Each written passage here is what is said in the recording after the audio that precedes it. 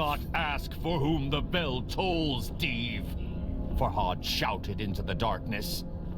It tolls for thee!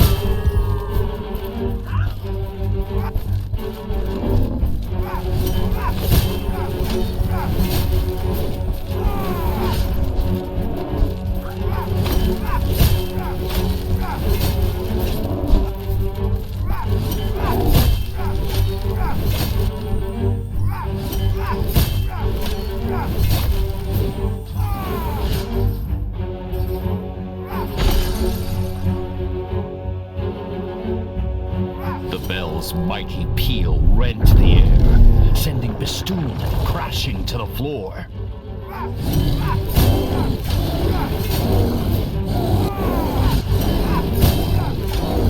This is for my friends, Farhad cried.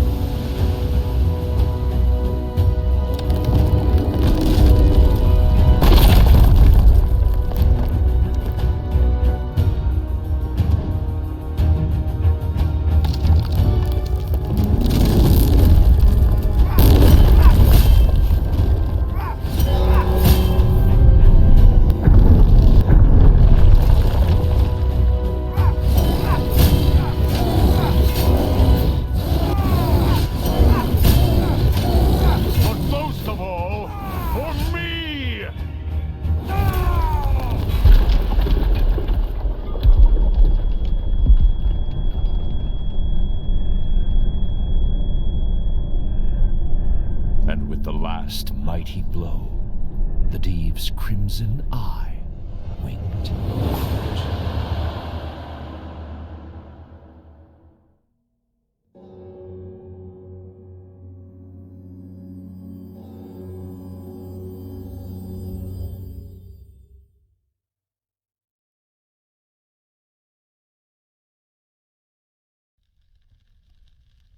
The storm within Farhad's heart rivaled the one that rent the dark skies.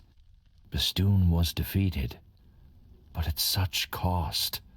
He felt more alone than he had ever felt before.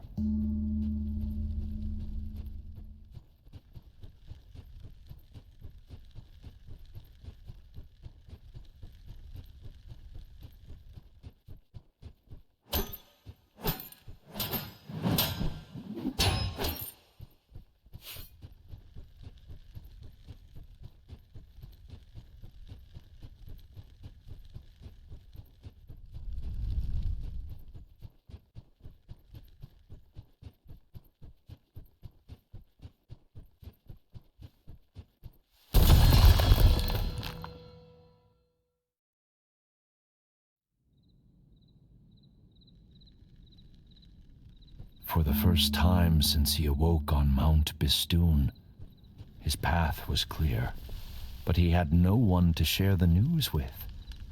Princess Shirin would be resting in Khosrow's quarters.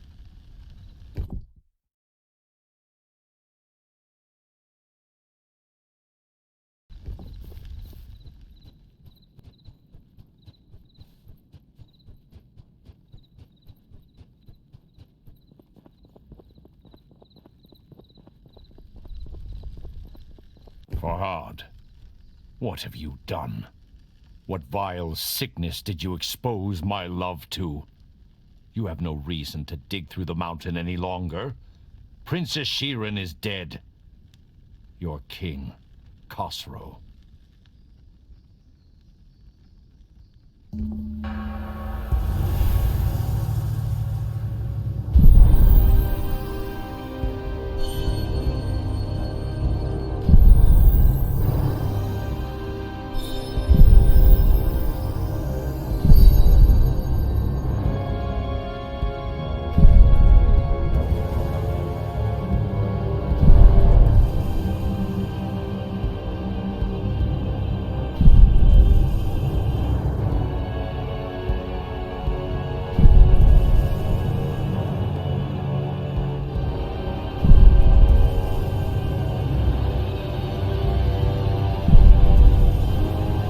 Consumed Farhad. He felt that this world could no longer offer him anything. But death had not ended Farhad's journey before, and it was not about to now.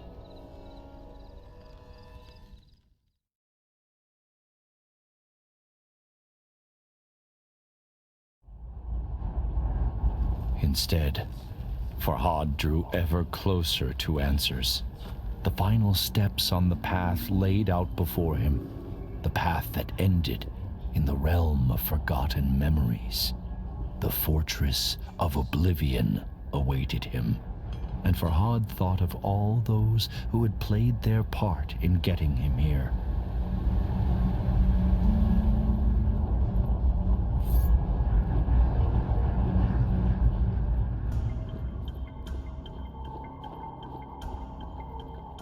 All seeds, with his wisdom and kind heart. Majestic Anahita, so dedicated to atoning for her greatest mistake. The beautiful princess, always out of reach. And the king, who had treated him with such disdain. But none of them mattered anymore. The whisper called to him. I called to him.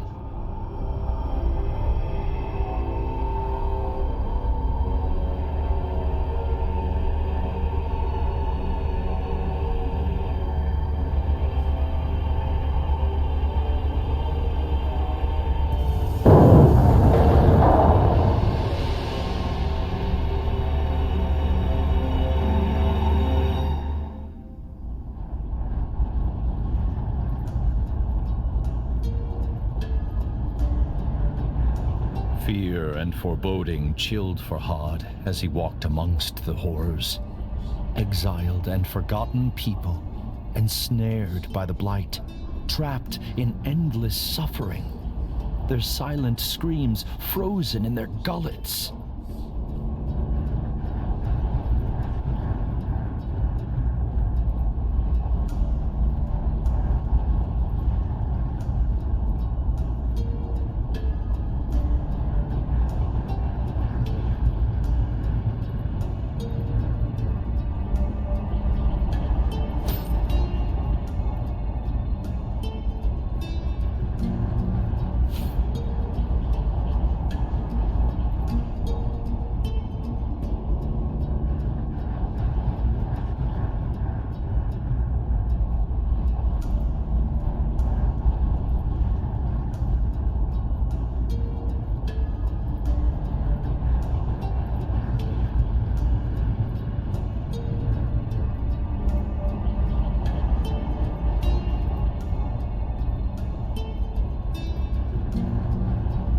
Months, years, decades.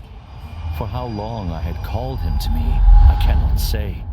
My voice gave out, but still, I cried out across the realms.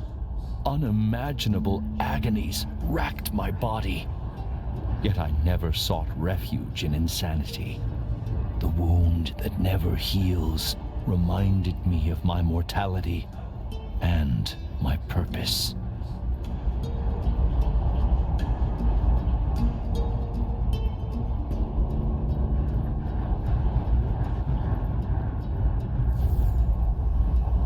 I looked into Farhad's eyes and saw his pain and confusion, but even then, I saw a flicker of something else. Was it relief? Words eluded him, however. So I explained everything. I told him my name is Nizami. I was a blacksmith by day and a storyteller by night. I was banished by King Khosrow, exiled unjustly. On Mount Bistun, I was mortally wounded, but saved by the most wondrous fruit and guided by a talking tree. Then I discovered an otherworldly domain, a realm of forgotten souls. But the Div found me. I was imprisoned in the fortress of oblivion, doomed to be forgotten, teetering on the edge of oblivion. Agony poured from my wound and took form. You, Farhad, are created out of my pain. Out of my wound, I told him. You are the manifestation of hope, the embodiment of purpose. I had lost count of the number of times Farhad had reached my prison, but each time he had refused my plea, refused to set me free. I knew the choice was grim, but I had to prevail. My story is not yet complete, and so I gave him a choice. Liberate me, or abandon me once more. The path to the left was where he should engrave the wise decision to set me free, or he could add to the cruel records of abandonment to the right.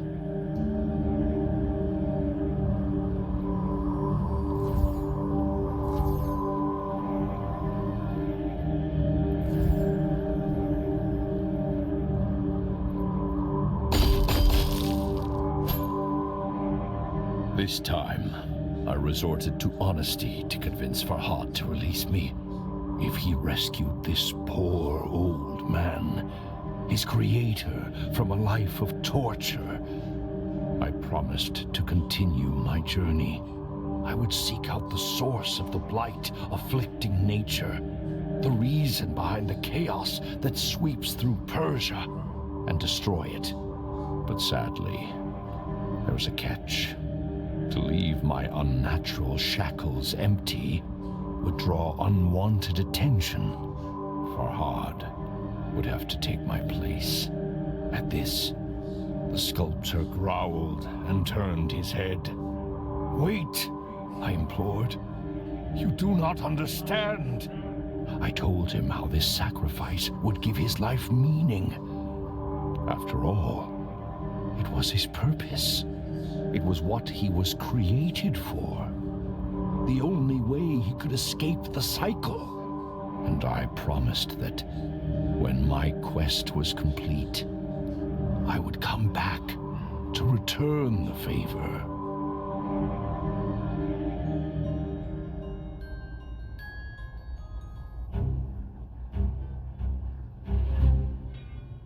"You have made the right decision," I told him.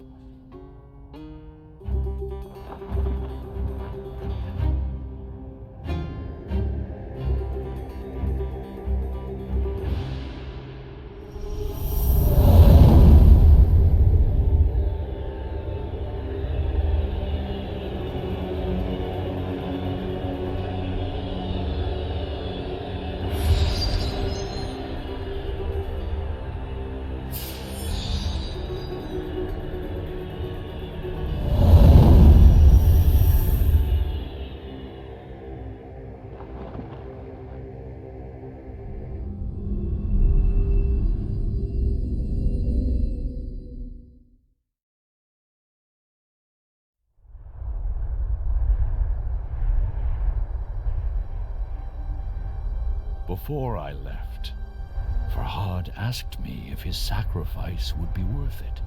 "There is no greater blessing than having purpose," I told him. "No worse pain than having it denied." I promised I would not rest until I had stopped the sickness afflicting nature. I would rescue other poor, imprisoned souls and face the threats before me with the courage that Farhad had shown.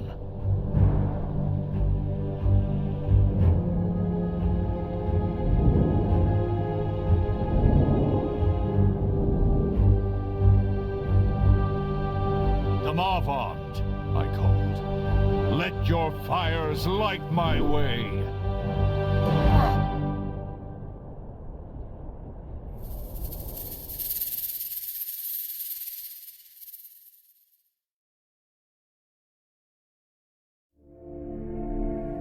بیاورد ضحاک را چون نبند، به کوه دماوند کردش ببند. به کوه اندرون تنگ جایش گزید، نگه کرد قاری بنش ناپدید. بیاورد مسمارهای گران، به جایی که مغزش نبودن در آن. فرو بست دستش بر آن کوه باز، بدان تا بماند به سختی دراز. ببستش بر آن گونه آویخته، از او خون دل بر زمین ریخته.